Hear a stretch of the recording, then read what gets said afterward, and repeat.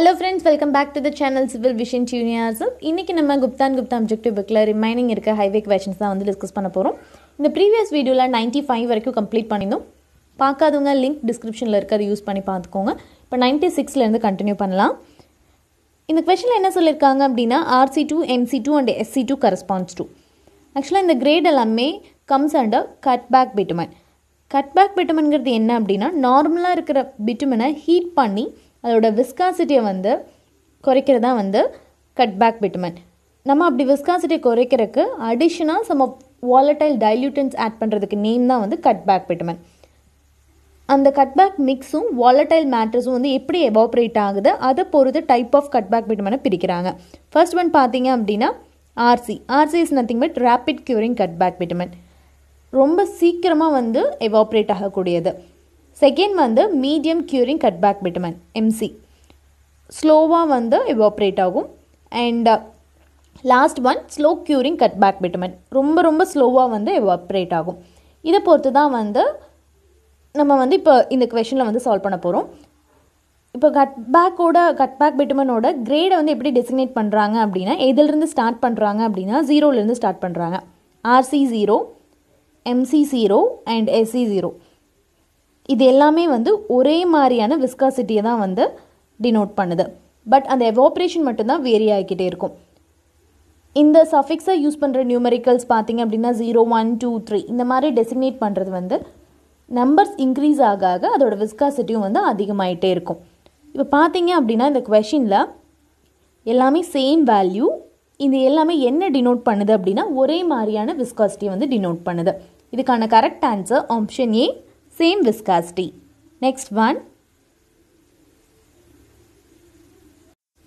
97th one, the recommended grade of tar for grouting purpose. Actually first வந்து grouting purpose na என்னன்னு தெரியணும். Grouting is nothing but injection of pumpable materials like mortar or concrete into a soil or any rock formation to change its physical appearance. Physical characteristics வந்து change பண்றதுக்காக நம்ம use பண்ணுறதா வந்து பண்ணுறதோட name தான் வந்து கிரவுட்டிங். இப்போ பார்த்தீங்க அப்படின்னா எந்த தார் வெரைட்டிஸ் வந்து கிரவுட்டிங் பர்பஸ்க்கு யூஸ் பண்ணுவாங்கன்னு கேட்குறாங்க. அதுக்கான கிரேட் வந்து கொடுத்துருக்காங்க. RT1, 2, 3 and 4 and 5 வரைக்கும் இருக்குது. ஃபர்ஸ்ட் ஒன் பார்த்தீங்க அப்படின்னா RT1 வந்து எதுக்கு யூஸ் பண்ணுவாங்க அப்படின்னா சர்ஃபேஸ் பெயிண்டிங் வந்து யூஸ் பண்ணுவாங்க. எக்ஸப்ஷனல் கோல்டு வெதர் கண்டிஷனுக்கு மட்டும் இல்லாமல் மற்ற எல்லா கண்டிஷனுமே வந்து சர்ஃபேஸ் பெயிண்டிங்க்கு வந்து RT1. RT2 பார்த்தீங்க அப்படின்னா சர்ஃபேஸ் பெயிண்டிங் தான் அண்டர் நார்மல் கண்டிஷனுக்கு. RT3 வந்து surface painting, renewable quotes for light carpets, இந்த மாதிரி சிப்ஸ் ஃபார் டாப் சர்ஃபேஸ் வந்து லைட் கோட் பண்ணுறதுக்கு நம்ம வந்து RT3 யூஸ் பண்ணுவோம். RT4 வந்து பேஸ் கோட்ஸில் கோட் பண்ணுறதுக்காக வந்து RT4 வந்து யூஸ் பண்ணுவாங்க. அண்ட் ஆல்சோ ஃபார் கிரவுட்டிங் பர்பஸ்க்காகவும் வந்து யூஸ் பண்ணுவாங்க. இதுலேருந்து பார்த்தீங்க அப்படின்னா correct answer option D, RT4. Grade of tar recommended for grouting purpose. Next one,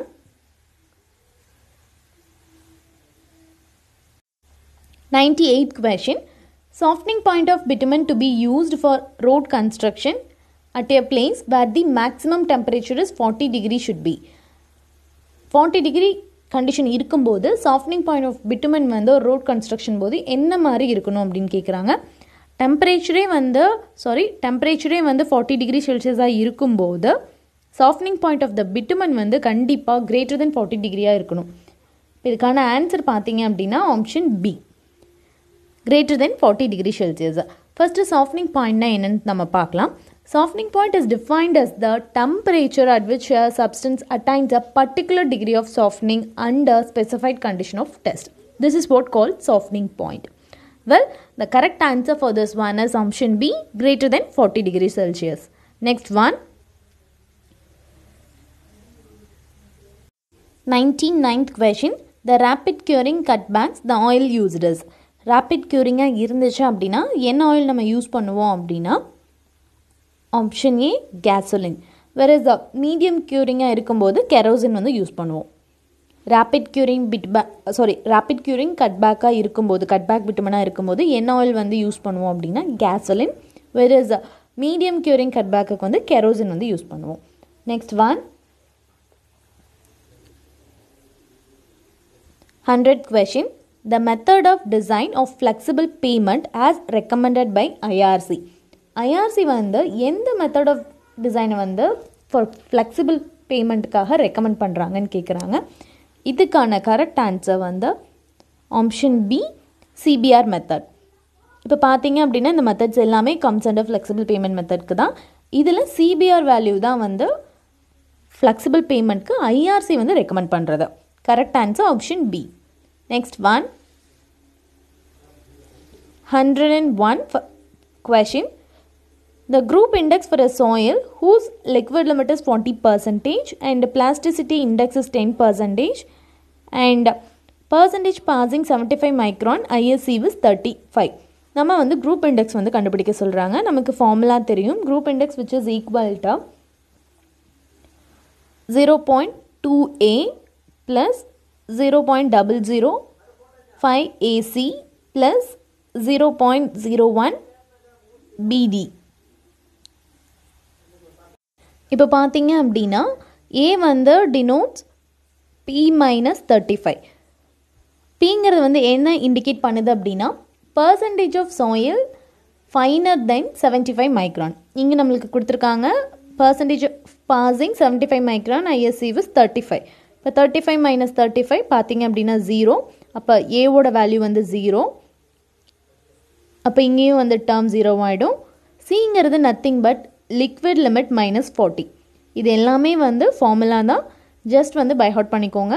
liquid limit minus 40, liquid limit given as 40, மறுபடியும் பார்த்தீங்க அப்படின்னா C also getting 0.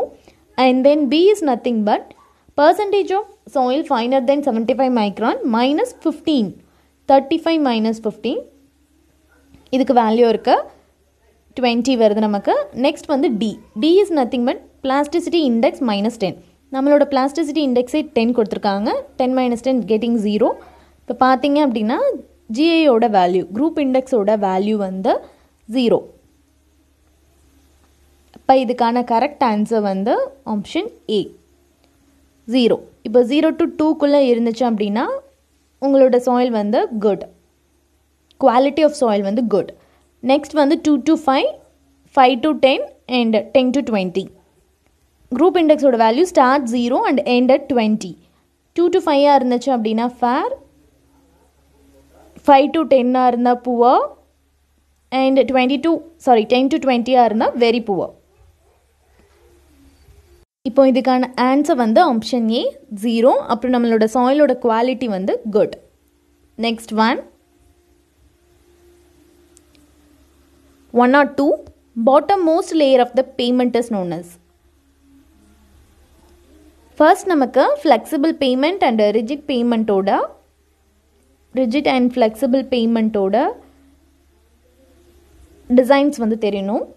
இப்போ பார்த்தீங்க அப்படின்னா ஃப்ளெக்சிபிள் பேமெண்ட்டை பொறுத்த வரைக்கும் பாட்டம் லேயர் வந்து சப்கிரேட் அண்ட் அதுக்கு மேலே இருக்க லேயர் வந்து சப் பேஸ், அதுக்கு மேலே இருக்க லேயர் வந்து பேஸ் கோர்ஸ், அதுக்கு மேலே இருக்க லேயர் வந்து சர்ஃபேஸ் கோர்ஸ். ரிஜிட் பேமெண்ட்டை பொறுத்த வரைக்கும் நம்மளுக்கு 3 லேயர் தான் இருக்கும், sub base, base and surface course in rigid pavement. வேற ஃப்ளெக்சிபிள் பேமெண்ட் பார்த்தீங்க அப்படின்னா 4 லேயர்ஸ் இருக்கும். ஃபர்ஸ்ட் பாட்டம் லேயர் பார்த்தீங்க அப்படின்னா சப்கிரேட் அண்ட் அதுக்கு மேலே இருக்க லேயர் வந்து சப் பேஸ் அண்ட் அதுக்கு மேலே இருக்க லேயர் வந்து பேஸ் கோர்ஸ், டாப் லேயர் வந்து surface course or wearing course. Flexible பேமெண்ட்டில் 4 டைப்ஸ் ஆஃப் டிவிஷன்ஸ் இருக்கும். இங்கே பார்த்தீங்க அப்படின்னா 3 டைப்ஸ் தான் இருக்கும். சப்பேஸ் வந்து ரிஜிட் பேமெண்ட்டில் வந்து எலிமினேட் பண்ணியிருப்பாங்க. Bottom most layer of the pavement for both rigid and flexible pavement எது கேட்டாலும் கரெக்ட் ஆன்சர் வந்து option D, subgrade. Next one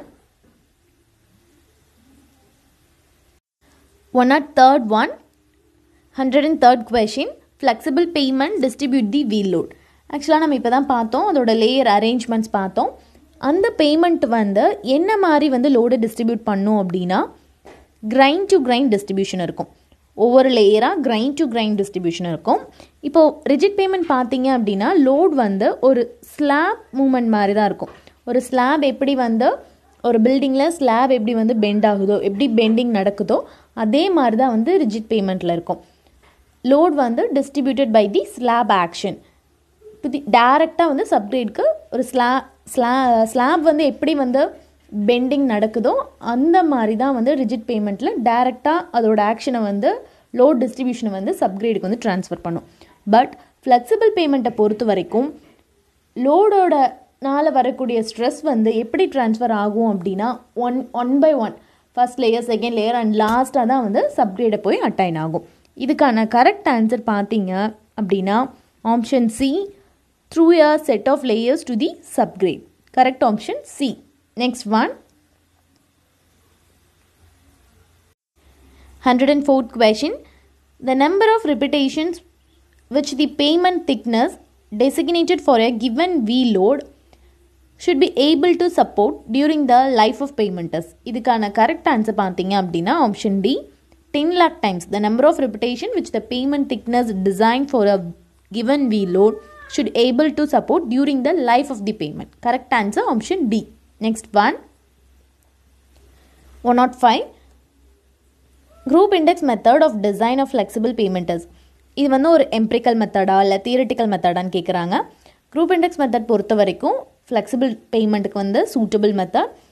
இதை வந்து என்ன மாதிரி டிசைன்ஸ் இருக்கும் அப்படின்னா இது ஒரு kind of empirical method which is mainly based on the physical properties of the soil subgrade.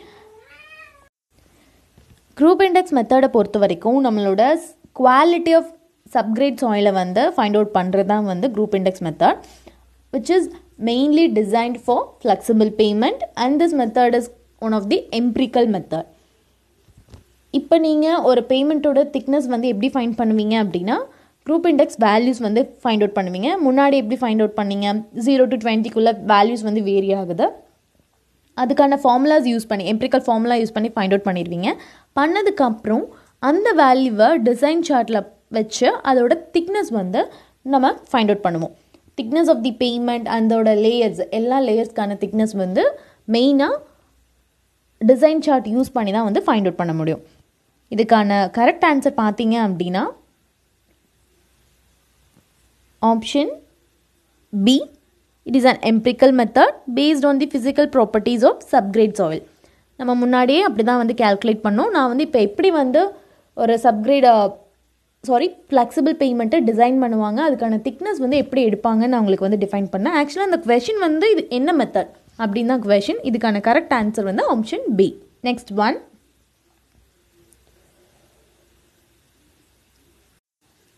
இனி வர 2 to 3 questions வந்து ஜிஐ பேஸ் பண்ணி தான் இருக்கும். அதனால தான் நான் வந்து அதோட ப்ரொசீஜர் வந்து நான் எக்ஸ்பிளைன் பண்ணேன்.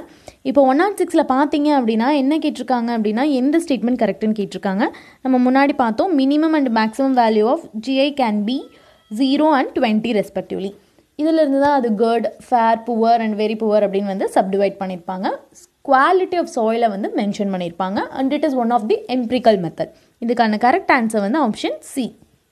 நெக்ஸ்ட் ஒன், 107 பார்த்தீங்க அப்படின்னா சேம் நம்ம முன்னாடி டிஸ்கஸ் பண்ணதே தான். குரூப் இண்டெக்ஸோட வேல்யூ ஆஃப் த சப்கிரேட் வந்து 5 and 9 கொடுத்துருக்காங்க. அந்த சப்கிரேடை வந்து நம்ம எப்படி ட்ரீட் பண்ணுவோம் கேட்குறாங்க. நம்ம முன்னாடி பார்த்தோம் 0 to 2, 2 to 5, 5 to 10 and 10 to 20 வந்து எப்படி இருக்கும் அப்படின்ட்டு. இதுக்கான கரெக்ட் ஆன்சர் பார்த்தீங்க அப்படின்னா ஆப்ஷன் சி, புவா. Next one, 108. 108ல் என்ன சொல்லியிருக்காங்க அப்படின்னா டயர் ப்ரெஷர் இன்ஃப்ளூயன்ஸ் தி. ஒரு பேமெண்ட் இருக்குது அப்படின்னா அதில் டயர்னால் வரக்கூடிய ப்ரெஷர் வந்து எதை இன்ஃப்ளூயன்ஸ் பண்ணணும்னு கேட்குறாங்க. இதுக்கான கரெக்ட் ஆன்சர் பார்த்தீங்க அப்படின்னா option B, quality of surface course. ஆக்சுவலாக வந்து டயர் ப்ரெஷர் வந்து அதிகமாக வந்து ப்ரிடாமினண்ட்டாக வந்து அப்பர் லேயரை தான் வந்து அஃபெக்ட் பண்ணும். ஸோ நம்ம அப்பர் லேயர் ஆஃப் பேமெண்ட் வந்து எப்படி கொடுக்கணும் அப்படின்னா ஹை குவாலிட்டி மெட்டீரியல்ஸ் வந்து ப்ரொவைட் பண்ணணும். ஸோ வந்து மொத்த திக்னஸை வந்து அஃபெக்ட் பண்ண போகிறது கிடையாது. Tyre pressure does not affect the total depth. I mean that thickness of the payment மொத்த பேமெண்ட்டையும் வந்து அஃபெக்ட் பண்ணாது. மெயினாக டாப் லேயரை தான் வந்து அஃபெக்ட் பண்ணும். ஸோ வந்து டாப் லேயர் நம்ம வந்து நல்ல குவாலிட்டியான மெட்டீரியல் யூஸ் பண்ணி கன்ஸ்ட்ரக்ட் பண்ணோம். இதுக்கான கரெக்ட் ஆன்சர் வந்து option B, quality of surface course. Next one, 109th one. இதில் என்ன சொல்லியிருக்காங்க அப்படின்னா rigidity factor for your tyre pressure greater than 7 kg/cm². First வந்து ரிஜிடிட்டி ஃபேக்டர்னா என்னென்னு தெரியணும். Which is nothing but contact pressure divided by tire pressure. Contact pressure அப்படினா wheel load divided by contact area. இந்த மாதிரி தான் வந்து ஃபைண்ட் அவுட் பண்ணுவாங்க contact pressure. tire pressure வந்து நார்மலாக டயரில் எவ்வளோ ப்ரெஷர் கொடுக்குறோம். இந்த ரெண்டோட ரேஷியோ தான் வந்து rigidity factor. When tire pressure வந்து equal to 7 kg per centimeter square இருந்தால் rigidity factor வந்து equal to 1 இருக்கும். tire pressure equal to 7 kg per centimeter square இருந்தால் நம்மளோட rigidity factor வந்து which is equal to 1. இதிலிருந்து பார்த்தீங்க அப்படின்னா கான்டாக்ட் ப்ரெஷரும் டயர் ப்ரெஷரும் ஒன்றே தான் இருக்கும். நம்மளுக்கு ஃபைனலாக 1 கிடைக்கும். செகண்ட் பார்த்தீங்க அப்படின்னா when tire pressure வந்து less than 7 kg per centimeter square இருந்தால் rigidity factor வந்து அதிகமாக இருக்கும், greater than 1. எப்படின்னு பார்த்தீங்கன்னா டினாமினேட்டர் வந்து கம்மியாக இருக்கும்போது நியூமரேட்டர் வேல்யூ வந்து அதிகமாக இருக்கும். இதிலிருந்து நம்ம என்ன ஃபைண்ட் அவுட் பண்ணலாம்னா rigidity factor more than 1. when tire pressure greater than 7 kg per centimeter square rigidity factor வந்து less than 1. இப்போ இதுக்கான கரெக்ட் ஆன்சர் பார்த்தீங்க அப்படின்னா option B less than 1. Okay, next one 110th question. In a dual wheel assembly, if P is equal to each wheel load and S is nothing but center to center distance of the dual wheels and D is the distance between the walls of wheels, then actually பார்த்தீங்க அப்படின்னா wheels வந்து எப்பவுமே இண்டிபெண்டண்ட்டாக act பண்ணும். wheels act independently at a depth approximately d/2, depth d/2 வரைக்கும் இண்டிபெண்டண்ட்டாக act பண்ணும். அதுக்கப்புறம் பார்த்தீங்க அப்படின்னா ஸ்ட்ரெஸ் வந்து அந்த பேமெண்ட்டில் இன்டியூஸ் ஆகும்போது ஓவர்லேப்பாக மாறும். அப்போ பார்க்கும்போது டெப்த் இன்க்ரீஸ் ஆக ஓவர்லேப் ஸ்ட்ரெஸ்ஸும் வந்து இன்க்ரீஸ் ஆகிக்கிட்டே இருக்கும். ஒரு சர்டைன் லிமிட்டுக்கு அப்புறம் ஓவர்லேப் வந்து நெக்லிஜிபிள் ஆகிடும்.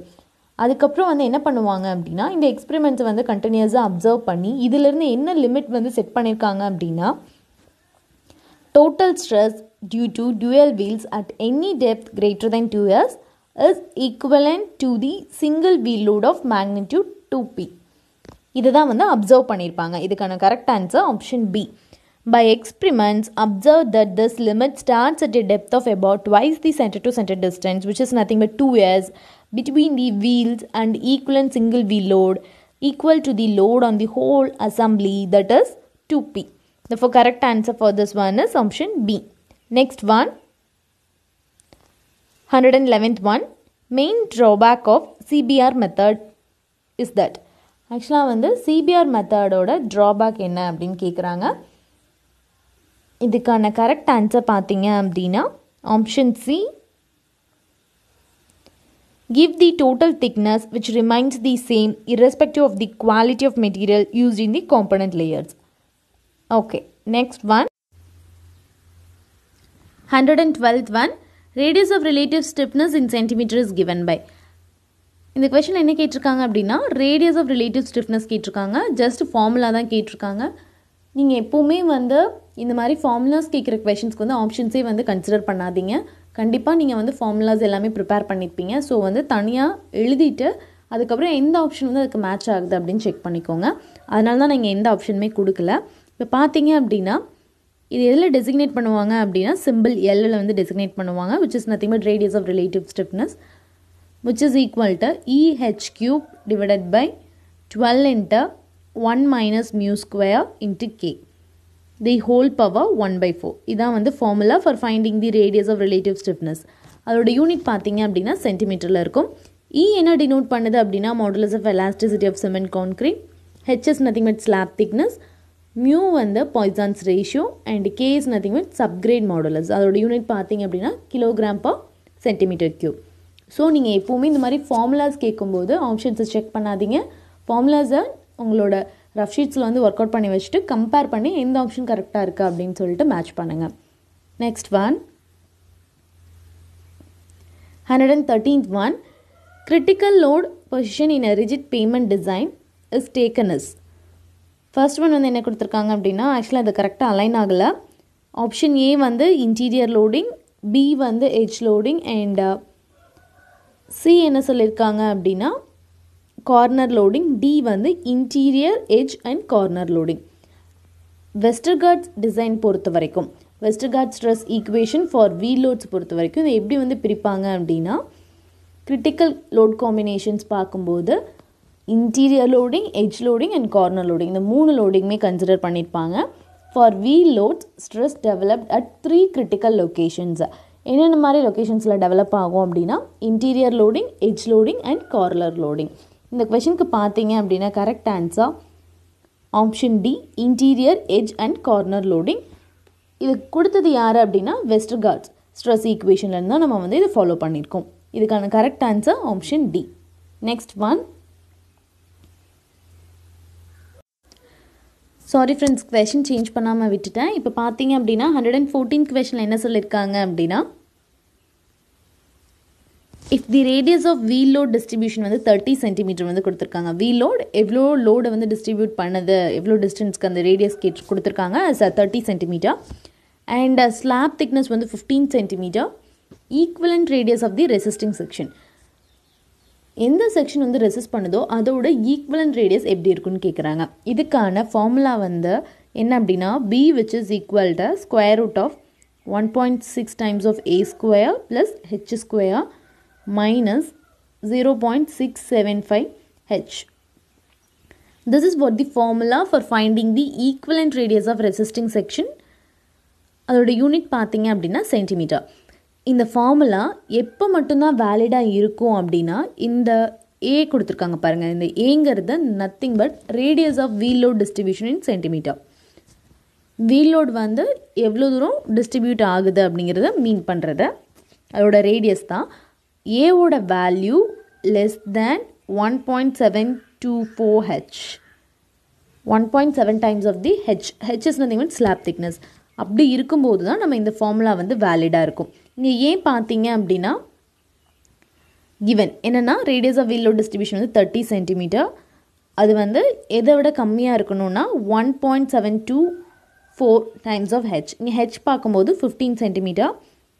1.724 into h 15 மல்டிப்ளை பண்ணிங்க அப்படின்னா 30 விட அதிகமான வேல்யூ தான் நம்மளுக்கு கிடைக்கும்.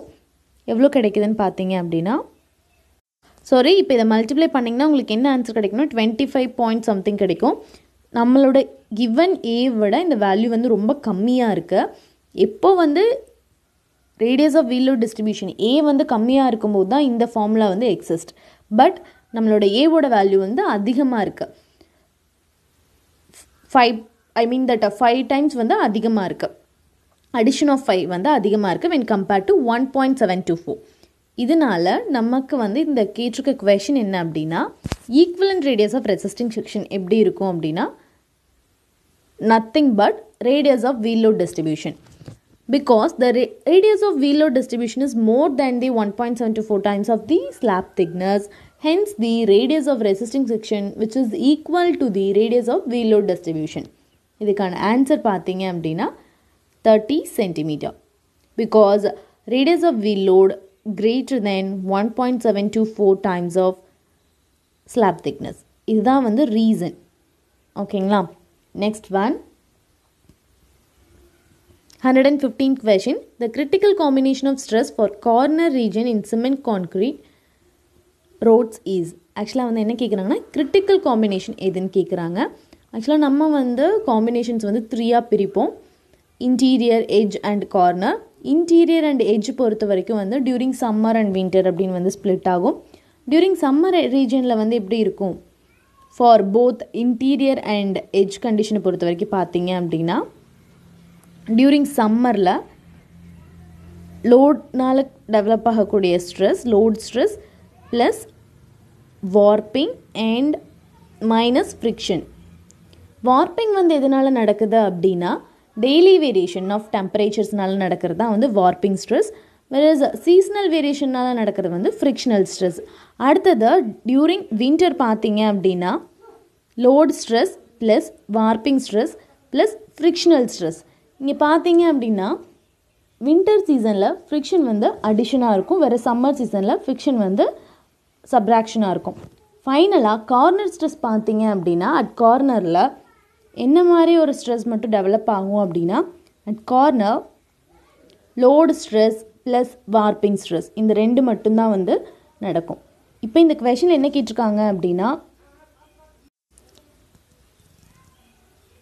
Critical combination of stress for corner region கேட்டிருக்காங்க. கார்னர் ரீஜன் கேட்கும்போது நம்மளுக்கு டெவலப் ஆகக்கூடிய ஸ்ட்ரெஸ் பார்த்தீங்க அப்படின்னா load stress plus warping stress. Correct answer பார்த்தீங்கன்னா option C, load stress plus warping stress. Next one 116th question. tie bars in cement concrete payments or at tie bars வந்து எங்கே provide பண்ணியிருப்பாங்க, rigid பேமெண்ட்டில் எங்கே provide பண்ணியிருப்பாங்கன்னு கேட்குறாங்க. First இதுக்கான pictorial representation பார்க்கலாம். ஜென்ரலாக வந்து நான் இந்த பிக்சர் வந்து இன்டர்நெட்டில் இருந்து தான் எடுத்தது. நீங்கள் இப்போ இதில் எந்தெந்த இடத்துல ஜாயின்ட்ஸ் இருக்குது அப்படிங்கிறத மட்டும் நோட் பண்ணிக்கோங்க. உங்களோட பேமெண்ட் வந்து பாட்டம் லேயர் வந்து சப்கிரேன், அதுக்கு மேலே இருக்க லேயர் வந்து பேஸ் கோர்ஸ், டாப் லேயர் வந்து வீரிங் கோர்ஸ் ஆர் சர்ஃபேஸ் கோர்ஸ். இப்போ பார்த்தீங்க அப்படின்னா உங்களோட பேமெண்ட்டோட லென்த் டைரக்ஷனில் கொடுத்துருக்கிறதுக்கு பேர் வந்து லாங்கிடியூனல் ஜாயிண்ட், வெரஸ் வித் டைரக்ஷனில் கொடுத்துருக்கிறதோட நேம் வந்து ட்ரான்ஸ்வர்ஸ் ஜாயிண்ட். டை பார்ஸ் வந்து எங்கே ப்ரொவைட் பண்ணியிருப்பாங்க அப்படின்னா இந்த part,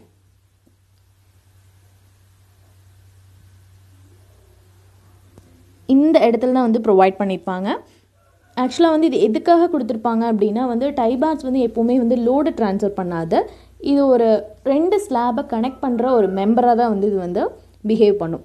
tie bars are not load transfer device but serves as a means to tie 2 slabs, 2 ஸ்லாப்ஸை ஜாயின் பண்ணுறதுக்கு யூஸ் பண்ணுறதா வந்து டை பார்ஸ். எங்கே ப்ரொவைட் பண்ணியிருப்பாங்க அப்படின்னா ஜென்ரலாக வந்து லாங்கிடியூனல் ஜாயின்ட்ஸில் தான் வந்து ப்ரொவைட் பண்ணியிருப்பாங்க.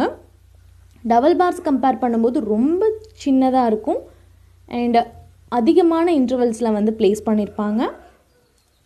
இது எங்கே ப்ரொவைட் பண்ணியிருப்பாங்க அப்படின்னா provided across the longitudinal joints. Double bars பார்த்தீங்க அப்படின்னா இந்த டைரக்ஷனில் வித்தோட டைரக்ஷனில் வந்து ப்ரொவைட் பண்ணியிருப்பாங்க. இதான் வந்து டபுள் பார்ஸ். ஆக்சுவலாக டபுள் பார்ஸ் வந்து லோ ட்ரான்ஸ்ஃபர் பண்ணவே யூஸ் பண்ணுவாங்க. பட் டை பார்ஸ் வந்து 2 ஸ்லாபை கனெக்ட் பண்ணுறதுக்காக யூஸ் பண்ணுறது தான்.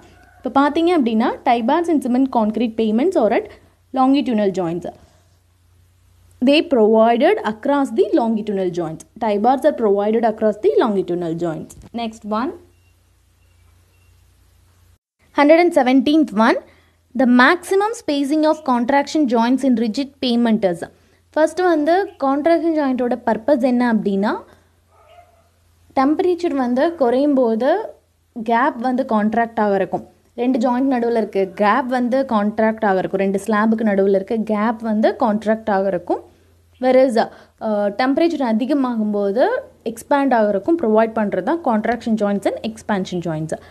பர்பஸ் ஆஃப் கான்ட்ராக்ஷன் ஜாயின்ட்ஸ் என்ன அப்படின்னா allow the contraction of slab due to fall in slab temperature below the construction temperature. நம்ம டெம்பரேச்சர் விட நார்மலாக இருக்க கன்ஸ்ட்ரக்ட் பண்ணுறப்ப இருக்கக்கூடிய டெம்பரேச்சர் விட கம்மியாகும்போது ப்ரொவைட் பண்ணுறது தான் வந்து கான்ட்ராக்ஷன் ஜாயின்ட்ஸ். அந்த கான்ட்ராக்ஷன் ஆகிறதுக்காக ப்ரொவைட் பண்ணுறதோட நேம் வந்து கான்ட்ராக்ஷன் ஜாயின்ட்ஸ். மேக்ஸிமமாக அதோட ஸ்பேசிங் வந்து ஐஆர்சி என்ன ரெக்கமெண்ட் பண்ணுறாங்க அப்படின்னா 4.5 மீட்டர் வந்து ரெக்கமெண்ட் பண்ணுறாங்க. The maximum spacing of contraction joints in rigid pavement, 2 contraction ஜாயின்ட்ஸ்க்கும் நடுவில் இருக்கிற மேக்ஸிமம் ஸ்பேசிங் வந்து எவ்வளோ இருக்கணும் அப்படின்னா 4.5 metre as per IRC. Correct answer option C. Next one.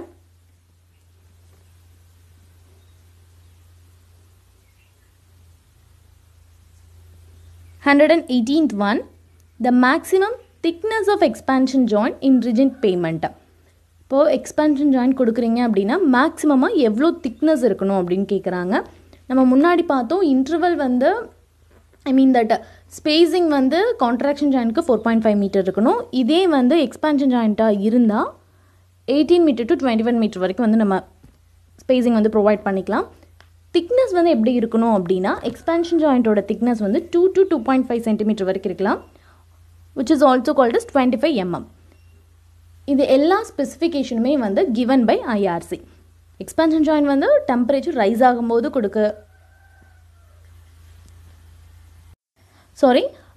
Purpose of expansion joint என்ன அப்படின்னா ஒரு பேமெண்ட்டை எக்ஸ்பேண்ட் ஆக்குறது. எப்போ அப்படின்னா due to the rise in temperature with respect to construction டெம்பரேச்சரை கம்பேர் பண்ணும்போது டெம்பரேச்சர் ரைஸ் ஆச்சு அப்படின்னா பேமெண்ட்டில் எக்ஸ்பேன்ஷன் அலோவ் பண்ணுறதுக்காக நம்ம ப்ரொவைட் பண்ணுறது தான் வந்து எக்ஸ்பேன்ஷன் ஜாயிண்ட்டாக. அதோட திக்னஸ் வந்து 2 to 2.5 சென்டிமீட்டர் வந்து கொடுக்குறாங்க, which is specified by IRC. and it is provided at an interval of 18 to 21 meter. இதுக்கான correct answer பார்த்தீங்க அப்படின்னா option B 25 mm. Next one, 119th one, the function of an expansor joint in a rigid payment is to. நம்ம இப்போ தான் பார்த்தோம், ஃப்ரீயாக expand ஆகிறதுக்காக கொடுக்கறது தான் வந்து எக்ஸ்பென்ஷன் ஜாயிண்ட்டோட ஃபங்க்ஷன். இதுக்கான correct answer option D, allow free expansion. Next one,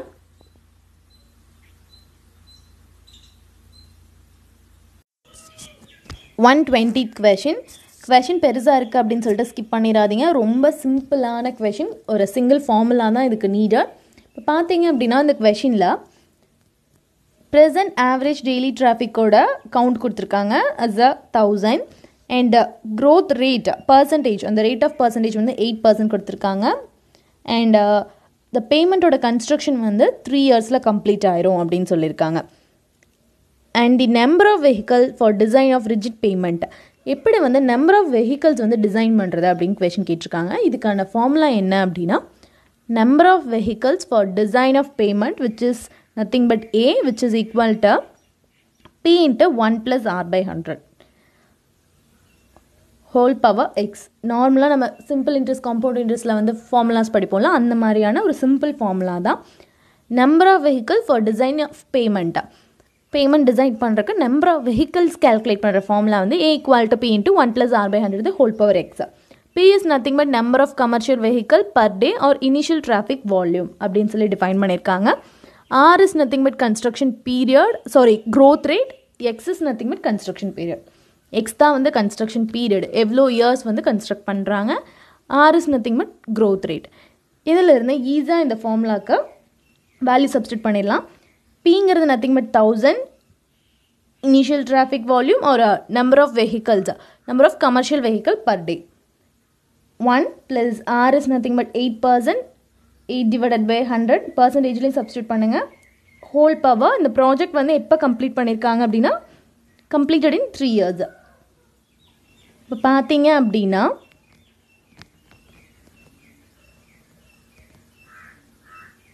1000 into 1.08 the whole power 3. ரொம்ப சிம்பிளாக சேம் ஃபார்மேட்லேயே தான் வந்து ஆன்சர்ஸ் இருக்குது. நம்ம ஈஸியாக வந்து ஃபைண்ட் அவுட் பண்ணிடலாம். ஸ்கிப் பண்ணிடாதீங்க இந்த மாதிரி கொஷின்ஸ் எல்லாமே. இதுக்கான கரெக்ட் ஆன்சர் பார்த்தீங்கன்னா option D, 1000 into 1.08 the whole power 3. Next one, 121th question. இந்த கொஷனில் என்ன கேட்டிருக்காங்க அப்படின்னா the fundamental factor is the selection of payment type. ஒரு பேமெண்ட் நீங்கள் சூஸ் பண்ணுறீங்க அப்படின்னா என்னென்ன ஃபேக்டர்ஸ் எல்லாம் கன்சிடர் பண்ணி சூஸ் பண்ணுவீங்க அப்படின்னு கேட்குறாங்க. பேமெண்ட்டோட டைப்பாக இப்போ பார்த்தீங்க அப்படின்னா ஒரு பேமெண்ட்டை செலக்ட் பண்ணுறதுக்கு ரொம்ப ரொம்ப இம்பார்ட்டன்ட் ஃபேக்டர் வந்து traffic volume or traffic intensity. Previous கிளாஸில் நம்ம பார்த்துருக்கோம் what is traffic volume and traffic intensity. பார்க்காதவங்க லிங்க் வந்து டிஸ்கிரிப்ஷனில் இருக்குது, அதை யூஸ் பண்ணி பார்த்துக்கோங்க. இந்த ரெண்டை பேஸ் பண்ணி தான், I mean that traffic volume or traffic இன்டென்சிட்டியை பேஸ் பண்ணி தான் வந்து ஒரு பேமெண்ட்டே செலக்ட் பண்ணுவாங்க. இப்போ டிராஃபிக் இன்டென்சிட்டி வந்து 30 to 200 tons per டேவாக இருந்துச்சு அப்படின்னா ரொம்ப கம்மியான காஸ்ட் ரோட் போட்டால் போதும். For example earth and soil stabilised ரோடாக இருந்தால் NF ஃபார் 30 to 200 tons.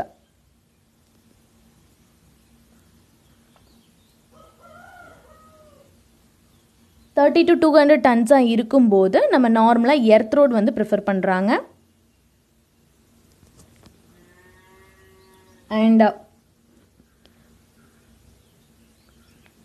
500 டன்ஸாக இருக்குது அப்படின்னா அப் டு 500 tons வரைக்கும் வாட்டர் பவுண்ட் மெக்கடம் ரோட் வந்து ப்ரிஃபர் பண்ணுறாங்க. அப் டு 1500 tons வரைக்கும் பிட்டுமினஸ் ரோட்ஸ் வந்து ப்ரிஃபர் பண்ணுறாங்க. அண்ட் ஓவர் 2000க்கு மேலே சிமெண்ட் கான்க்ரீட் ரோடு வந்து ப்ரிஃபர் பண்ணுறாங்க.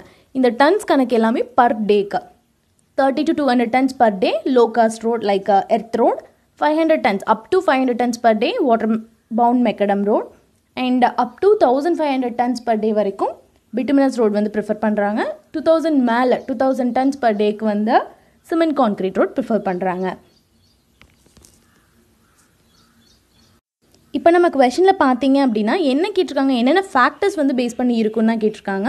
இப்போ நான் வந்து உங்களுக்கு ஜென்ரலாக இதை பேஸ் பண்ணி அந்த டன் வெயிட்டேஜ் பேஸ் பண்ணி தான் வந்து ரோட்ஸ் வந்து சூஸ் பண்ணுறாங்க அப்படின்னு சொல்லிட்டு ஒரு சின்ன டெஃபினிஷன்ஸ் தான் கொடுத்துருக்கேன். இப்போது இந்த கொஷனுக்கு ஆன்சர் பார்த்தீங்க அப்படின்னா type and intensity of traffic, option B. Next one 122nd question என்ன சொல்லியிருக்காங்க அப்படின்னா most suitable material for highway embankment. எம்பேக்மெண்ட்ஸ்னால் தெரியும் நமக்கு, ஒரு பள்ளமாக இருக்க இடத்துல மண்ணை போட்டுட்டு நம்மளோட எந்த அளவுக்கு வேணுமோ அந்த அளவுக்கு வந்து சாயில் ஃபில் பண்ணுறது தான் ஹைவே எம்பேக்மெண்ட்ஸ். இப்போ ஹைவேஸ் ரோட்ஸ் கன்ஸ்ட்ரக்ட் பண்ணுறாங்க அப்படின்னா இருக்க லெவலே பண்ண மாட்டாங்க. மோஸ்ட்லி வந்து சாயில்ஸ்லாம் ஃபில் பண்ணி கொஞ்சம் ஏற்றி தான் வந்து கன்ஸ்ட்ரக்ட் பண்ணுவாங்க. அப்படி கன்ஸ்ட்ரக்ட் பண்ணுறப்ப என்ன மெட்டீரியல் வந்து சூட்டபிளாக இருக்கும் அப்படின்னு கேட்குறாங்க. இதுக்கான கரெக்ட் ஆன்சர் பார்த்தீங்க அப்படின்னா கிரானுலார் சாயில், ஆப்ஷன் ஏ. ஆக்சுவலாக ஃபஸ்ட்டு எம்பேக்மெண்ட்னா என்ன அப்படிங்கிறத நான் உங்களுக்கு சொன்னேன். Raising the grade of road or railway above the level of the existing surrounding ground surface which is known as embankment. ஒரு ஹைவே எம்பேக்மெண்ட் பொறுத்த வரைக்கும் கிரானுலர் சாயில் தான் ப்ரிஃபர் பண்ணுவாங்க. கிளே அண்ட் சில்ட் பார்த்தீங்க அப்படின்னா லெஸ் டிசைரபிள். அதுவும் organic சாயில்ஸாக இருந்தால் சூட்டபிளே கிடையாது. ஏன்னா ரொம்ப செட்டிலபிளாக இருக்கும். அதனால் வந்து ஸ்ட்ரென்த்தை வந்து பியர் பண்ணிக்க முடியாது, வரக்கூடிய லோடை வந்து அதனால் பியர் பண்ண முடியாது, ஸ்ட்ரென்த் ஆஃபர் பண்ண முடியாது. இந்த மாதிரி கண்டிஷன்ஸ்னால நம்ம அதை யூஸ் பண்ண மாட்டோம். கிரானுலர் சாயில்ஸ்ன்னு பார்த்தீங்க அப்படின்னா gravel, sand or silt coarse grained சாயிலாக இருக்கும். அதில் கிளே இருக்கலாம், லைட்டாக இருக்கலாம், இல்லைனா இல்லாமல் கூட இருக்கலாம். கிளே கண்டென்ட்டே நம்ம யூஸ் பண்ணுறதில்ல. நீங்கள் வந்து ஒரு எக்கனாமிக் கன்ஸ்ட்ரெயின்ட் நீங்கள் வந்து ஃபாலோ பண்ணுறீங்க அப்படின்னா லோக்கலாக அவைலபிளாக இருக்கக்கூடிய சாயில் கூட அவங்க வந்து யூஸ் பண்ணுவாங்க. ஆனால் பெஸ்ட் பார்த்தீங்க அப்படின்னா granular soil which consist of gravel, sand or silt which are coarse grained soils. Okay, next one 123rd question maximum daily traffic capacity of bituminous pavement is. நம்ம முன்னாடி கொஷனில் பார்த்தோம். அண்ட் எதை பேஸ் பண்ணி வந்து ஒரு பேமெண்ட் வந்து சூஸ் பண்ணுவாங்க அப்படின்னு பார்த்தோம். டைப் அண்ட் அதோட intensity, traffic intensity traffic volume base பண்ணி பார்த்தோம். அதில் வந்து சில எக்ஸ்ப்ளனேஷன்ஸ் பார்த்தோம். இந்த கெப்பாசிட்டிக்குள்ளே இருந்தால் இந்த டைப் ஆஃப் ரோடு வந்து ப்ரிஃபர் பண்ணுவாங்க அப்படின்ட்டு. பிட்டுமினஸ் பேமெண்ட்டாக இருந்தால் up to 1500 tons per day. இதுக்கான கரெக்ட் ஆன்சர் பார்த்தீங்க அப்படின்னா option C. Next one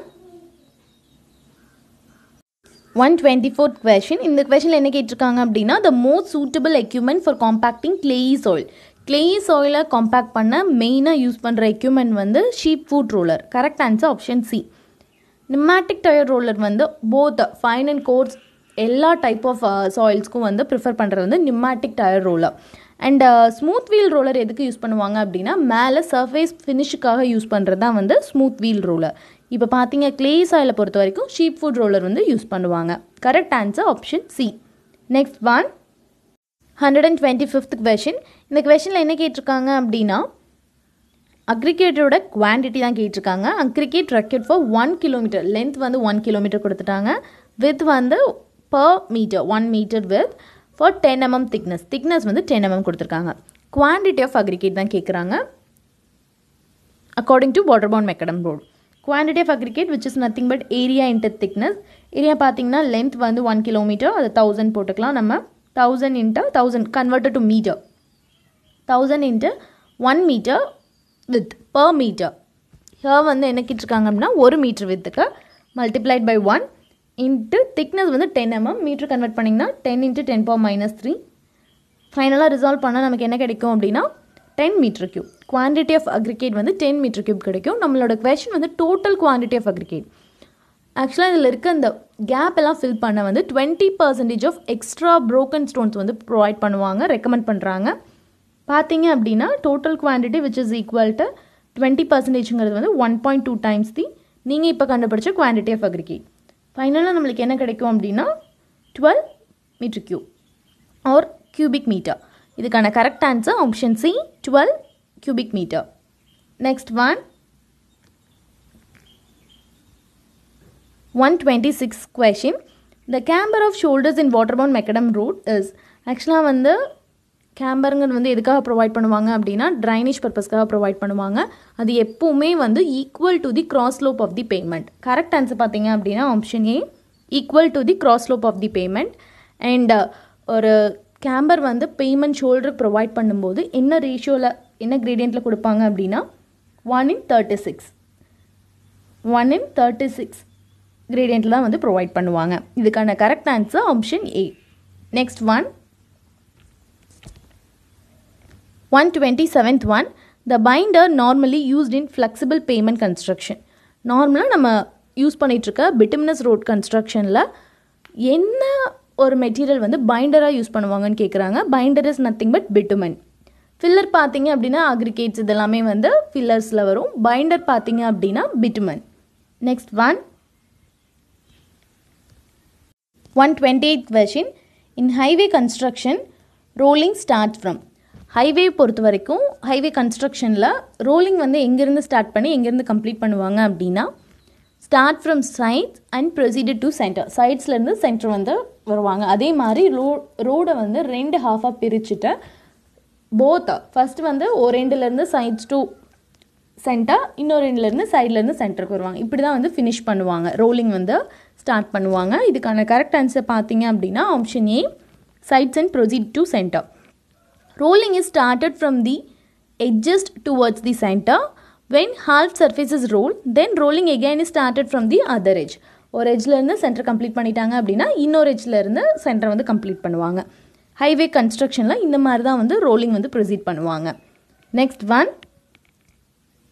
129th one, for the construction of waterborne macadam roads, the correct sequence of operation after spreading coarse aggregate. waterborne macadam road போடும்போது என்ன மாதிரி procedure வந்து follow பண்ணுவாங்க அப்படின்னு கேட்குறாங்க. ஃபர்ஸ்ட் வந்து நம்ம ஒரு மெக்கடம் ரோட் கன்ஸ்ட்ரக்ட் பண்ணும்போது என்னென்னலாம் ஃபாலோ பண்ணுவோம் அப்படின்னா சப்கிரேடை வந்து ஃபஸ்ட்டு ப்ரிப்பேர் பண்ணுவோம். ப்ரிப்பரேஷன் ஆஃப் சப்கிரேட் அதுதான் வந்து ஃபஸ்ட்டு ப்ராசஸ். சைட்டை வந்து கிளியர் பண்ணிவிட்டு ஏதாச்சும் ஸ்பாட் இருந்துச்சுன்னா அதுக்கெல்லாம் வந்து சாயிலெலாம் ஃபில் பண்ணி ரோல் பண்ணி நல்லா காம்பேக்ட் பண்ணி ஒரு சப்கிரேடை வந்து ரெடி பண்ணிடுறோம். அடுத்தது வந்து பேமெண்ட் கன்ஸ்ட்ரக்ஷன், கோர்ஸ் அக்ரிகேட்டை வந்து ஸ்ப்ரெட் பண்ணுவோம் அந்த ஏரியாவில். இந்த சர்ஃபேஸ் ஆஃப் சப்கிரேடில் வந்து மேலே வந்து போட்டு இது பண்ணுறது தான் வந்து பேமெண்ட் கன்ஸ்ட்ரக்ஷன். அனதர் ஒன் வந்து அதுக்கப்புறம் தட் கோர்ஸ் அக்ரிகேட்டை வந்து ஸ்ப்ரெட் பண்ணதுக்கப்புறம் ரோலிங் பண்ணுவோம். ஏன்னா அது அமுங்கிறதுக்காக வந்து என்ன பண்ணுவோம்னா ட்ரை ரோலிங் பண்ணுவோம். After spreading the coarse aggregate the rolling is done. Coarse aggregate பண்ணதுக்கப்புறமே உடனே வந்து ட்ரை ரோலிங் பண்ணுவோம். ட்ரை ரோலிங் முடிச்சதுக்கப்புறம் என்ன பண்ணுவோம்னா அப்ளிகேஷன் ஆஃப் ஸ்க்ரீனிங்ஸ். ஸ்க்ரீனிங் வந்து ஜென்ரலாக என்ன பண்ணுவோம் அப்படின்னா 50% ஆஃப் வாய்ட்ஸை வந்து ஃபில் பண்ணுறது தான் வந்து ஸ்க்ரீனிங்கில் பண்ணுவோம். அதுக்கப்புறம் வெட் ரோலிங் பண்ணுவோம். ஸ்க்ரீனிங் முடிச்சதுக்கப்புறம் இந்த சர்ஃபேஸ் ஆஃப் லேயரை வந்து வாட்டர் ஸ்ப்ரிங்கிள் பண்ணி மறுபடியும் ரோல் பண்ணுறது தான் வந்து வெட் ரோலிங். அதுக்கு அப்புறம் அது தட் வெட் ரோலிங் கம்ப்ளீட் பண்ணதுக்கப்புறம் fillers. After the application of filler water is sprinkled on the surface and slurry is allowed to fill the voids. ஃபில்லர்னால் அது குட்டி குட்டி அக்ரிகேட்ஸ் வந்து அந்த வாய்ட்ஸில் வந்து ஃபில் பண்ணுறது, அதுக்கப்புறம் சர்வேஸ் ஃபினிஷ் பண்ணுறது. இதுதான் வந்து entire procedure followed in water bound macadam road. இதுக்கான கரெக்ட் ஆன்சர் பார்த்தீங்க அப்படின்னா option C, dry rolling, application of screening, wet rolling and application of filler. ஃபைனலாக வந்து சர்ஃபேஸை ஃபினிஷ் பண்ணிடுவோம். ஓகே, நெக்ஸ்ட் 130th question என்ன சொல்லியிருக்காங்க அப்படின்னா the penetration macadam construction the bituminous. ஆக்சுவலாக நார்மலாக நீங்கள் வாட்டர்பவுண்ட் மெக்கடம் ரோட் போடுறீங்க அப்படின்னா அதோட ஸ்ட்ரென்த் வந்து எதனால் க்ரியேட் ஆகும் அப்படின்னா அதுக்குள்ளே நடக்கிற மெக்கானிக்கல் இன்டர்லாக்கிங் அண்ட் சாயிலுக்கும் அந்த அக்ரிகேட்டுக்கும் இருக்கிற ஒரு பாண்டுனால தான் வந்து உங்களுக்கு வந்து ஸ்ட்ரென்த் வந்து டெவலப் ஆகுது இன் வாட்டர்பவுண்ட் மெக்கடம் கன்ஸ்ட்ரக்ஷனில், ரோட் கன்ஸ்ட்ரக்ஷனில். இப்போது ஒரு பயங்கரமான traffic that heavy mixed traffic condition வரும்போது அந்த சர்ஃபேஸ் எல்லாமே வந்து சூனாக வந்து என்ன ஆகும் அப்படின்னா டெஸ்ட்ராய் ஆக ஆரம்பிச்சிடும். அதை நம்ம அவாய்ட் பண்ணுறதுக்காக தான் வந்து என்ன நம்ம யூஸ் பண்ணுறோம் அப்படின்னா பிட்டுமன்ஸ் வந்து யூஸ் பண்ணுறோம். ஆஸ் அ பைண்டராக வந்து யூஸ் பண்ணுறோம். In order to increase the stability of such road bitumen is used as a binder. அப்படி நம்ம பிட்டுமன் யூஸ் பண்ணும்போது ஆல்ரெடி இந்த காம்பேக்டட் அக்ரிகேட் சர்ஃபேஸில் மேலே ஸ்ப்ரெட் பண்ணுவோம். அது வந்து என்ன ஆகும் அப்படின்னா அந்த வாய்ட்ஸில் வந்து பெனிட்ரேட் ஆக ஆரம்பிக்கும். சர்ஃபேஸில் தான் நம்ம வந்து ஸ்ப்ரே பண்ணுவோம். அது வந்து வாய்ஸ்குள்ளே என்ட்ரு ஆகி ஃபுல்லாக வந்து ஃபில் ஆகி அக்ரிகேட் கூட பைண்ட் ஆயிரும். இதுதான் வந்து ஒரு procedure followed in normal flexible pavement construction. அந்த மாதிரி க்ரவுட் ஆகிறது தட் அந்த மாதிரி ஃபில் ஆகிறது வந்து ரெண்டாக பிரிக்கிறாங்க, செமி க்ரவுட்டட் அண்ட் ஃபுல் க்ரவுட்டட். பிட்டுமன் வந்து அதோட என்டையர் டெப்த்துக்கு நம்ம பெனிட்ரேட் ஆச்சு அப்படின்னா நம்ம ஃபுல்லாக என்ன சொல்கிறோம் பிட்டுமினஸ் ரோடு அப்படின்னு சொல்கிறோம். அதுக்கு பேர் வந்து ஃபுல் கிரவுட்டட். செமி கிரவுட்டட் அப்படின்னா பிட்டுமன் வந்து ஒரு ஹால்ஃப் ஆஃப் த திக்னஸ் மட்டும்தான் வந்து பெனிட்ரேட் ஆகும். ஈவன் ஒரு big heavy and mixed traffic condition வரும்போது கண்டிப்பாக வந்து நம்மளால் பேலன்ஸ் பண்ண முடியாது, ஸ்டெபிலிட்டி கொடுக்க முடியாது. ஸோ எப்போவுமே கோ வித் ஃபுல் கிரவுட்டட். இப்போ இந்த கொஷனில் என்ன கேட்டிருக்காங்க அப்படின்னா, பெனிட்ரேஷன் மெக்கடம் கன்ஸ்ட்ரக்ஷனில் பிட்டுமன் வந்து எப்போ ஸ்ப்ரே பண்ணுவாங்கன்னு கேட்டிருக்காங்க. the bitumen is sprayed after the aggregate and spread and compacted. ஃபைனலாக ஃபுல்லாக காம்பேக்ட் பண்ணிடுவாங்க. ரோலர்ஸ் யூஸ் பண்ணி காம்பேக்ட் பண்ணுவாங்க. இதுக்கான கரெக்ட் ஆன்சர் பார்த்தீங்கன்னா option A. Next one 131st question. இந்த கொஷின் என்ன டீல் பண்ணுது அப்படின்னா, ஆல்ரெடி எக்ஸிஸ்டிங்காக இருக்கக்கூடிய ஒரு பிளாக் டாப் ரோடோ இல்லை சிமெண்ட் கான்க்ரீட் ரோட் மேலேயோ நம்ம ஒரு பிட்டுமினஸ் சர்ஃபேசிங் பண்ணும்போது என்ன டைப் ஆஃப் ட்ரீட்மெண்ட் வந்து நம்ம அண்டர்கோ பண்ணணும் அப்படின்னு கேட்குறாங்க. ஃபர்ஸ்ட் பார்த்தீங்க அப்படின்னா ப்ரைம் கோட். ப்ரைம் கோட்டுங்கிறது என்ன அப்படின்னா, ஒரு வாட்டர் பவுண்ட் மெக்கடம் ரோட் மேலே ஒரு ஃபஸ்ட்டு கோட்டாக நம்ம வந்து பிட்டுமினஸ் சர்ஃபேசிங் பண்ணுறது தான் வந்து ஆல்ரெடி எக்ஸிஸ்ட் ஆகக்கூடிய ஒரு பேஸ் கோர்ஸ் மேலே லைக் வாட்டர் பவுண்ட் மெக்கடம் மாதிரி இருக்க ரோட் மேலே நம்ம ஒரு ஃபஸ்ட்டு கோட் பண்ணுற ஒரு பிட்டுமினஸ் சர்ஃபேசிங் பேர் தான் வந்து ப்ரைம் கோட் சொல்கிறாங்க. அதுக்கு ப்ரிஃபர் பண்ணுற ட்ரீட்மெண்ட் தான் வந்து ப்ரைம் கோட். டேக் கோட்டை பொறுத்த வரைக்கும் இது யூஸ்வலாக எப்போ ரெக்கமெண்ட் பண்ணுறாங்க அப்படின்னா, ஒரு பிட்டுமினஸ் சர்ஃபேஸ் வந்து போடுறாங்க அப்படின்னா ஓவர் தி எக்ஸிஸ்டிங் ஒரு சிமெண்ட் கான்க்ரீட் டாப் மேலேயோ இல்லை ஆல்ரெடி இருக்கக்கூடிய இந்த பிளாக் டாப் சர்ஃபேஸ் மேலே கோட் பண்ணுறதுக்கு நம்ம கொடுக்கறது தான் வந்து டேக் கோட். ப்ரைம் கோட் பார்த்தீங்க அப்படின்னா first bituminous surfacing, first coat of bituminous surfacing. இது வந்து ஜென்ரலாகவே டேக் கோட் பார்த்தீங்க அப்படின்னா ஒரு பிட்டுமினஸ் சர்ஃபேசிங் பண்ணுறது தான் over the existing cement concrete road or already existing black top surface. But prime coat பொறுத்த வரைக்கும் ஆல்ரெடி எக்ஸிஸ்ட் ஆகிருக்கக்கூடிய ஒரு base like water bound macadam road மாதிரி இருக்க ரோட் மேலே நம்ம ஒரு பிட்டுமினஸ் சர்ஃபேசிங் பண்ணோம் அப்படின்னா அதுக்கு பேர் ப்ரைம் கோட். சீல் கோட் பார்த்தீங்க அப்படின்னா வந்து ஒரு ஃபைனலாக கொடுக்கக்கூடிய ஒரு coat, usually recommended as a final coat over a certain previous bituminous pavement. Already இருக்கக்கூடிய ஒரு பிட்டுமினஸ் பேமெண்ட்டில் ஃபைனலாக வந்து சர்ஃபேஸ் ஃபினிஷ்காக கொடுக்கறதா வந்து சீல் கோட். இப்போ இதுக்கான கரெக்ட் ஆன்சர் பார்த்தீங்க அப்படின்னா option B tack coat. Next one 132nd question. Which one of the following premix methods is used for base coats? ஆக்சுவலாக ப்ரீமிக்ஸ் மெத்தட்னா என்னன்னு நம்மளுக்கு தெரியணும். ப்ரீமிக்ஸ் இஸ் நத்திங் பட் அக்ரிகேட்டையும் பைண்டரையும் நல்லா மிக்ஸ் பண்ணி ஒரு பிளேஸ் பண்ணுறதுக்கு முன்னாடி எந்த இடத்துல நம்ம வந்து ரோட் கன்ஸ்ட்ரக்ட் பண்ணுறோமோ அங்கே வந்து பிளேஸ் பண்ணுறதுக்கு முன்னாடியே நம்ம இந்த ரெண்டையும் வந்து மிக்ஸ் பண்ணி தனியாக வச்சுக்கிறதுக்கு பேர் தான் வந்து premix method. which is nothing but aggregate and binder is mixed prior to the placing and spreading over the desired surface. இது வந்து எங்கே ப்ரிஃபர் பண்ணுறாங்க அப்படின்னா பிட்டுமினஸ் பவுண்ட் மெக்கடம். இதுக்கான correct answer option D bituminous bound macadam கன்ஸ்ட்ரக்ஷனில். Binder and அக்ரிகேட்டை வந்து place பண்ணுறதுக்கு முன்னாடி மிக்ஸ் பண்ணிவிட்டு ஒரு ஹில்லி ரீஜனாக இருக்கும்போது வாட்டர் பவுண்ட் மெக்கடம் ரோடு வந்து நம்ம ப்ரிஃபர் பண்ணுறோம். அது ஏன் வந்து ப்ரிஃபர் பண்ணோன்னா அது வந்து மோர் ரெசிஸ்டன்ட் டு ஃப்ராஸ்ட் ஆக்ஷன். தென் நார்மலாக இருக்கக்கூடிய பேஸ் கோர்ஸை விட அது வந்து ரொம்ப அதிகமாக வந்து ரெசிஸ்டன்ட் ப்ரொவைட் பண்ணுது எகெயின்ஸ்ட் ஃப்ராஸ்ட் ஆக்ஷன். அதே மாதிரி ஒரு வாட்டர் டேபிள் அதிகமாக இருக்கிற இடத்துலையும் வந்து வாட்டர் பவுண்ட் மெக்கடம் ரோடு வந்து ஆஃபர் பண்ணுவாங்க. ஏன் அப்படின்னா அது ஒரு இம்ப்ரீவியஸ் லேயரை வந்து ப்ரொவைட் பண்ணுறதுனால. இப்போ இதுக்கான கரெக்ட் ஆன்சர் பார்த்தீங்க அப்படின்னா option D bituminous bound macadam. Next one 133rd question. Select the correct statement. 4 options இருக்குது. இதில் வந்து எது ராங்குன்னு கேட்குறாங்க, சாரி எது கரெக்டான ஆப்ஷன் கேட்குறாங்க. கரெக்ட் ஆப்ஷன் வந்து option D bitumen, sorry, option D, a bitumen primer is a high viscosity cutback. Bitumen primer பார்த்தீங்க அப்படின்னா locally manufactured bitumen தான் அது. suitable for sealing and priming porous and non-porous surfaceல வந்து seal பண்ணுறதுக்கு வந்து யூஸ் பண்ணுறாங்க. used on concrete, metal and timber surfaceல வந்து code பண்ணுறக்கும் bitumen primer வந்து யூஸ் பண்ணுறாங்க. ஏன் அப்படின்னா வந்து ஒரு highly viscosity cutback-ஆக இருக்கிறதுனால. Okay, next one 134th question. The suitable surfacing material for a bridge deck slab. Bridge deck slabக்கு எந்த மெட்டீரியல் வந்து சூட்டபிள் அப்படின்னு கேட்குறாங்க. இதுக்கான கரெக்ட் ஆன்சர் பார்த்தீங்க அப்படின்னா option C mastic asphalt. Mastic ஆஸ்ஃபால்ட்டை பொறுத்த வரைக்கும் இது ஒரு ஐடியல் கேரக்டரிஸ்டிக்ஸ் இருக்குது. இதுக்கு என்ன அப்படின்னா இதை யூஸ் பண்ணி நம்ம கன்ஸ்ட்ரக்ட் பண்ணும்போது அதுக்கு வந்து டைனமிக் ஸ்ட்ரெஸ்ஸாக அப்சர்வ் பண்ணக்கூடிய கெப்பாசிட்டி இருக்குது.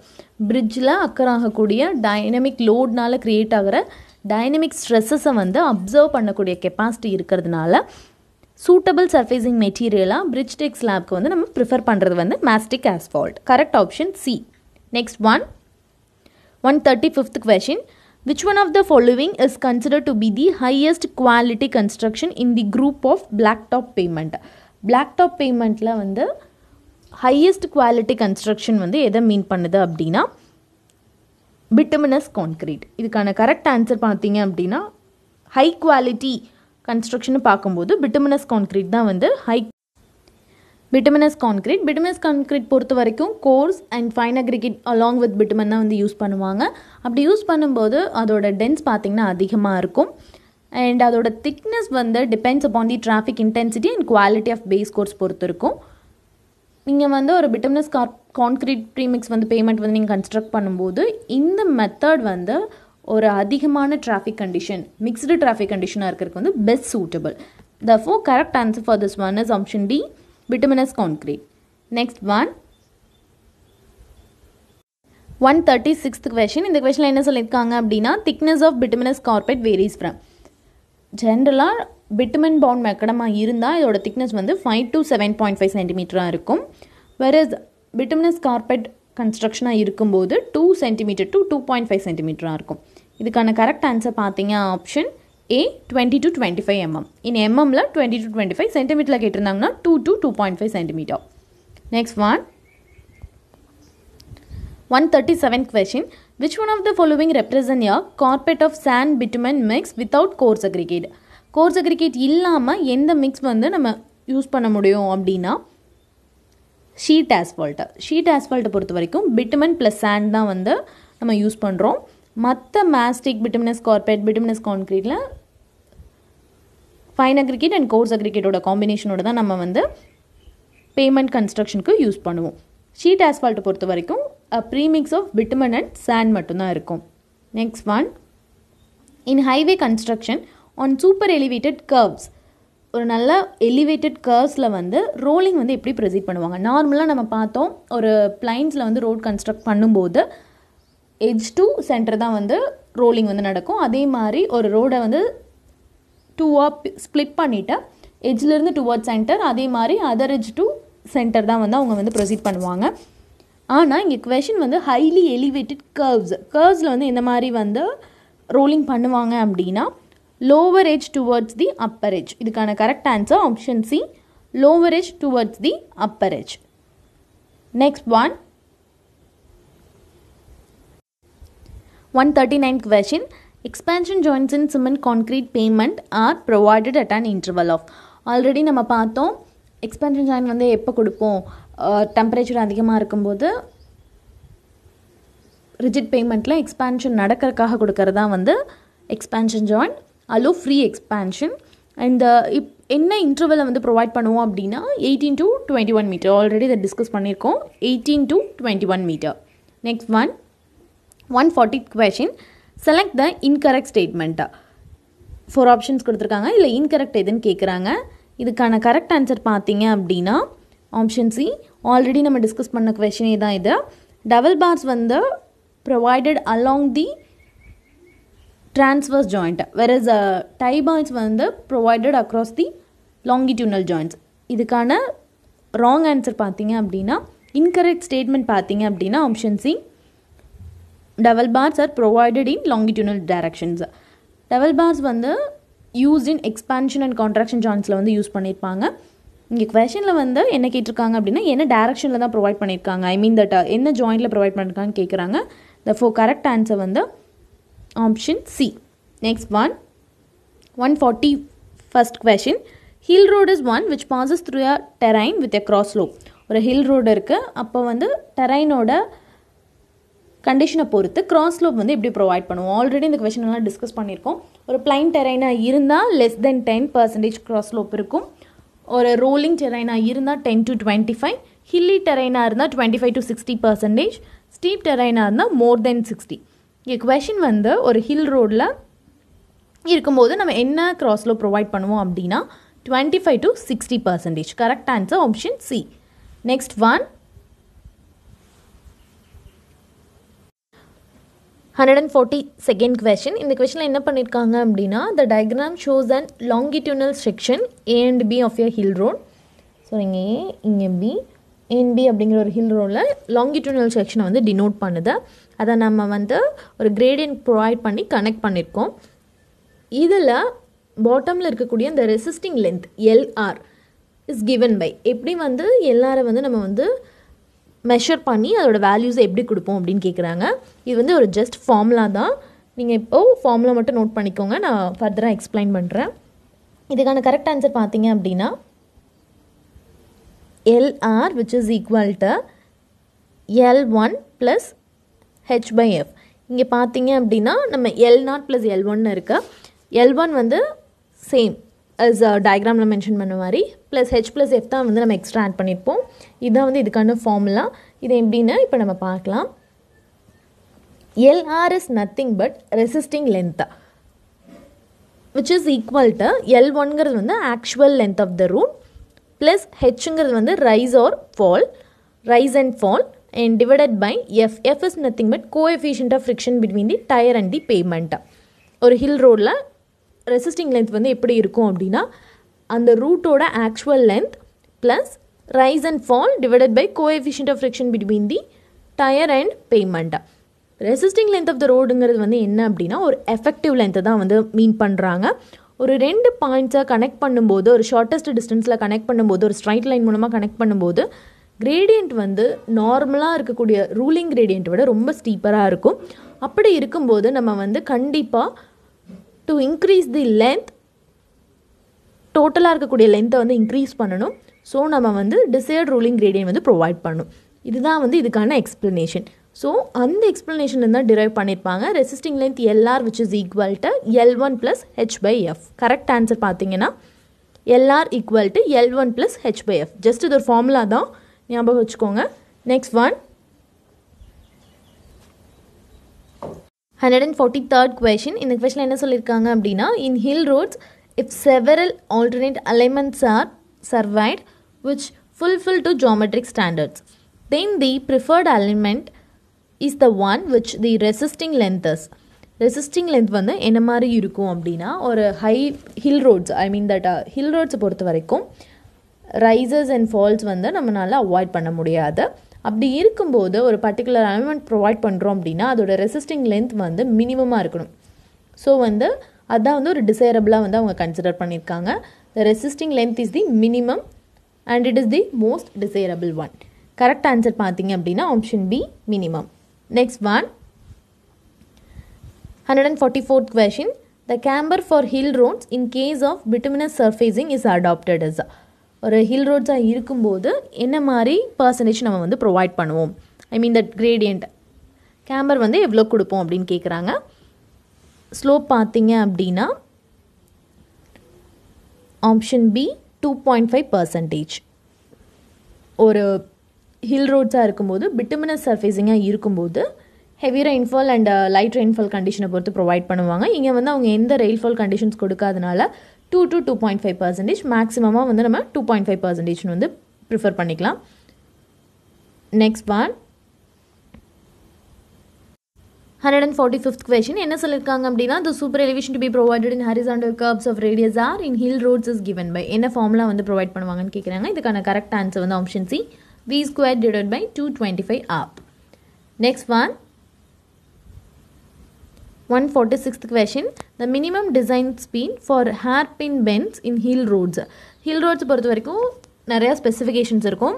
என்ன டிசைன் ஸ்பீட் இருக்கணும், என்ன சூப்பர் எலிவேஷன் நம்ம ப்ரொவைட் பண்ணணும், இந்த மாதிரி ஹேர்பின் பென்ஸில் வந்து என்ன கொடுப்பாங்கன்னு கேட்குறாங்க.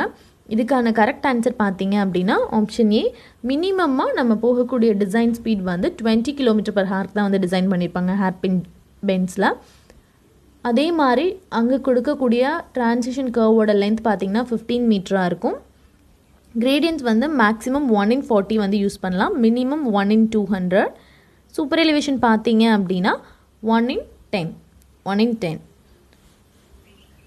ஓகே, இங்கே வந்து கொஷின் என்ன அப்படின்னா டிசைன் ஸ்பீட் தான் கேட்குறாங்க. இதுக்கான correct answer option A. Next one 147th one. The drain which is provided parallel to roadway to intercept and divert the water from the hill slopes is known as. நம்ம கொடுக்கக்கூடிய அந்த ஆக்சுவலாக நம்ம வந்து camber provide பண்ணியிருப்போம். எதுக்காக அப்படின்னா வந்து வாட்டரை வந்து ட்ரைன் ஆஃப் பண்ணுறதுக்காக. ரோடுக்கு பேரலாக நம்ம வந்து ட்ரைன் ப்ரொவைட் பண்ணியிருக்கும் போது and divert the water from hill ஸ்லோப்ஸில் டைவர்ட் பண்ணுறதுக்கு பேர் என்னன்னு கேட்குறாங்க. நார்மலாக பிளைனில் பண்ணும்போது நம்ம கேம்பர்ஸ் ப்ரொவைட் பண்ணியிருப்போம், கேம்பர் அப்படின்னு சொல்லி டினோட் பண்ணுவோம். வெரஸ் ஒரு ஹில் ரோட்ஸில் பண்ணும்போது, ஒரு ஹில்லி ஸ்லோப்ஸில் கொடுக்கும்போது அதுக்கு நேம் என்ன அப்படின்னா catch water drain, which is nothing but catch water drain. Correct answer பார்த்தீங்க அப்படின்னா ஆப்ஷன் பி. இந்த மாதிரி டைவர்ட் பண்ண வாட்டர் வந்து கேட்ச் வாட்டர் ட்ரைனில் வந்து வந்ததுக்கப்புறம் அந்த வாட்டரை நம்ம நியரஸ்ட்டில் இருக்கிற ஒரு கிராஸ் ட்ரைனேஜ் ஒர்க் சச்சஸ் அந்த கல்வர்ட் இந்த மாதிரி இருக்கிற இல்லை ஒரு நேச்சுரல் ஸ்ட்ரீம்லேயும் நம்ம வந்து வாட்டரை வந்து டைவர்ட் பண்ணி விட்டுருவோம். ஸோ ஒரு ஹில்லிலேருந்து நம்ம கொடுக்கும்போது, ஒரு ஹில்லி சர்ஃபேஸாக ஹில்லி ஸ்லோப்ஸில் வந்து கொடுக்கும்போது கேட்ச் வாட்டர் ட்ரைன் வந்து கொடுப்போம். என்ன பண்ணுவோம் அப்படின்னா divert the water from the hill ஸ்லோப்லேருந்து வாட்டரை டைவர்ட் பண்ணி கேட்ச் வாட்டர் ட்ரைன்ஸ்குள்ளே வந்து அது சென்ட் பண்ணும். அப்படி சைட்ஸ் அதை எப்படி ப்ரொவைட் பண்ணியிருப்பாங்கன்னா, சைட் ட்ரைன்ஸ் வந்து எப்படி கொடுத்துருக்காங்களோ அதே மாதிரி பேரல் டு த ரோடு நார்மலாக இருக்கக்கூடிய பேமெண்ட்க்கு பேரலாக வந்து ப்ரொவைட் பண்ணியிருப்பாங்க கேட்ச் வாட்டர் ட்ரைன்ஸ். அதில் இருக்க வாட்டரை வந்து நம்ம டைவர்ட் பண்ணி நியரஸ்ட்டில் இருக்கிற ஒரு கல்வர்ட்லேயோ இல்லை ஒரு நேச்சுரல் ஸ்ட்ரீம்லேயோ வந்து நம்ம டைவர்ட் பண்ணிடுவோம். வாட்டர் ஸ்டாக்னேஷன் ப்ராப்ளம்ஸ்லாம் அவாய்ட் பண்ணுறதுக்காக நம்ம இந்த மாதிரி கிராஸ் ட்ரைனேஜ் ஒர்க்ஸ் வந்து ப்ரொவைட் பண்ணுறோம். Next one, 148th question. The walls which are necessary on the hillside of the roadway where earth has to be retained from slipping is known as. இதுக்கான correct answer option B, breast wall. ஆக்சுவலாக இது எதுக்காக construct பண்ணியிருப்பாங்க அப்படின்னா, நேச்சுரலாக இருக்கக்கூடிய ஒரு ஸ்லோப்பி ஏரியாவில் ஸ்லைடிங்கை வந்து அவாய்ட் பண்ணுறதுக்காக, டியூ டு வெதரிங் ஆர் எரோஷன்னால் வந்து அவாய்ட் பண்ணுறதுக்காக ஒரு எம்பேக்மெண்ட் மாதிரி வந்து கன்ஸ்ட்ரக்ட் பண்ணியிருப்பாங்க. ஸோ இதுக்கான கரெக்ட் ஆன்சர் பார்த்தீங்க அப்படின்னா option B, breast wall. Next one, 149th question. In hill roads the side drains are provided. In hill roads பொறுத்த வரைக்கும் side drains வந்து எங்கே ப்ரொவைட் பண்ணுவாங்க அப்படின்னா only on the hill side of the road. Correct answer பார்த்தீங்க அப்படின்னா option A, only on hill side of road. Next one, 150th question. Select the incorrect statement. 4 ஆப்ஷன்ஸ் கொடுத்துருக்காங்க. இதில் incorrect statement எதுன்னு கேட்குறாங்க. இதுக்கான கரெக்ட் ஆன்சர் பார்த்தீங்க அப்படின்னா option D, soil cement stabilization is quite durable for surface course.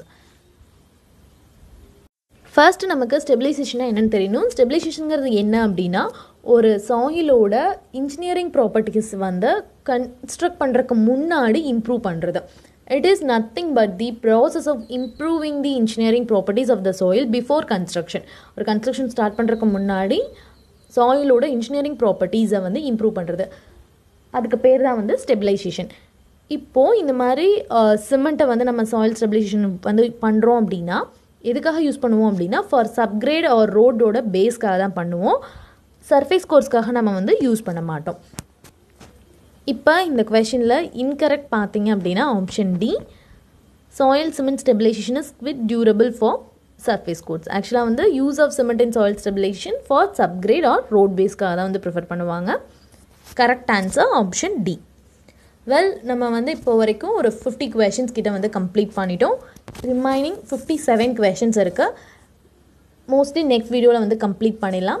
வீடியோவை skip பண்ணாமல் ஃபுல்லாக பாருங்கள். அப்போ தான் வந்து ஒவ்வொரு கொஷின்ஸ்லையும் என்னென்ன ஆல்ட்ரேஷன்ஸ் இருக்குது, உங்களோட வே ஆஃப் அண்டர்ஸ்டாண்டிங் எப்படி இருக்குது, என்னோட வே ஆஃப் அண்டர்ஸ்டாண்டிங் எப்படி இருக்குது அப்படின்னு பாருங்கள்.